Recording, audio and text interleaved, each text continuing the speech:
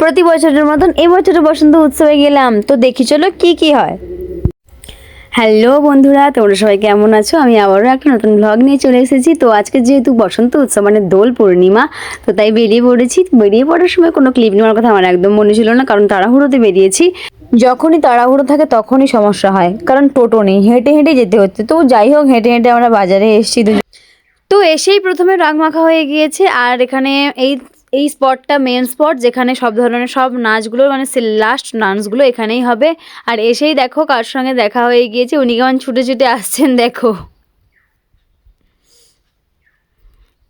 খুব সুন্দর, প্রত্যেক বছরই এইভাবে আমাদের ছবিগুলো দেওয়া হয়। ওইখানে আমাদের ছবি আছে, আমি তো জুম করিনি তাই তোমরা বুঝতে পারছো না, কিন্তু প্রত্যেক বছরই এইভাবেই সাজানো হয়।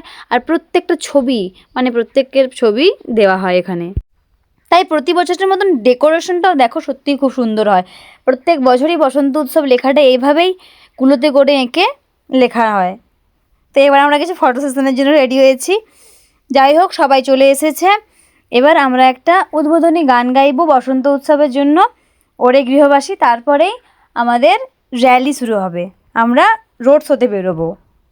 আমাদের উদ্বোধনী গান কমপ্লিট, এবার রোড শোর জন্য বেরোবো আমরা। রোড শোর জন্য সবাই বেরিয়ে পড়েছি। এইভাবেই প্রত্যেক বছর সবাই, কেউ হলুদ কেউ সবুজ বিভিন্ন রকমের শাড়ি পরে এইভাবেই নাচতে নাচতে যে যার ড্রেস আপে যায়।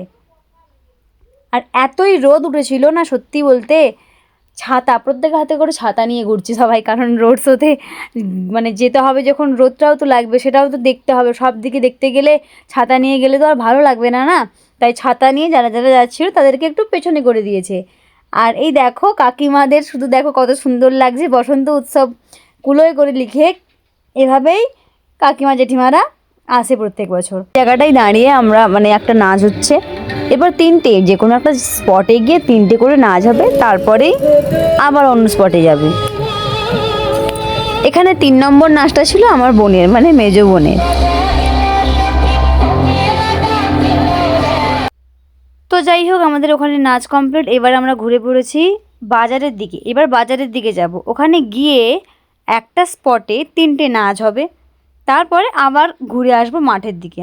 আর এত রোদ পরপর বাড়ছিল, তো যারা ছাতা নেয়নি প্রথমে তাদেরকেও নিতে হচ্ছিলো, মানে আমরাও রীতিমতো, এত মাথাটায় রোদ লাগছিল। আর এই রোদের মধ্যেই তাতা পিচ রাস্তার মধ্যে আমাকে নাচতে হচ্ছিলো। পাটা আমার পুরো পুড়েই গেছে, যখন নেচে আসি পুরো জ্বালা জ্বালা করছে পা, গরম এত ব্যথা করছিল পাটা, কি বলবো। তো যাই হোক, নেচেই আমি চলে এসেছি মানে বাড়ি যাওয়ার জন্য, কারণ প্রচণ্ড পায়ে ব্যথা করছিলো। স্যাররা খেতে বলছিলো, সেটাও খাইনি, চলে এসেছি বাড়িতে। একটু এসে সবাইকে রং মাখামাখি হচ্ছে দিদিদের সঙ্গে, আর একটু মজা হচ্ছিল। পুরো ভূত বানিয়ে দিয়েছে। এবার বড়োদেরকে প্রণাম করলাম আর সবাইকে আবির মাখালাম।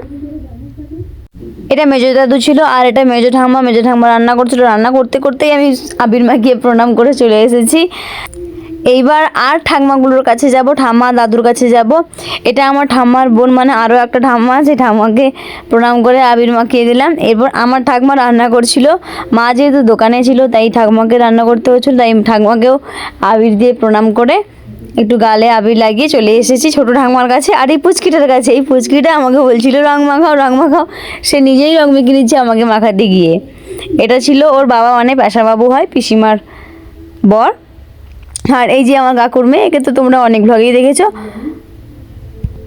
ও বলছিল যে আমাকে ভালো করে পুরো সব রঙগুলো একসঙ্গে আমার হাতে মাখিয়ে দাও, আমার মাথায় আমাকে মাখাও। কি বলবো, সবশেষে আমার এই অবস্থা হয়েছে, এই দশা হয়েছে, পুরো ভূত বানিয়ে দিয়েছে দিদিরা। এবার সবশেষে মাকে প্রণাম করবো আর আবির মাখাবো। বাবা যেহেতু বাড়িতে নেই, পুজো ছিল পূর্ণিমা, তো তাই বাবা বাড়িতে নেই। তো যাই হোক, আজকের মতো টাটা, তোমাদের সঙ্গে আবার নেক্সট ব্লগে দেখা হবে, বাই।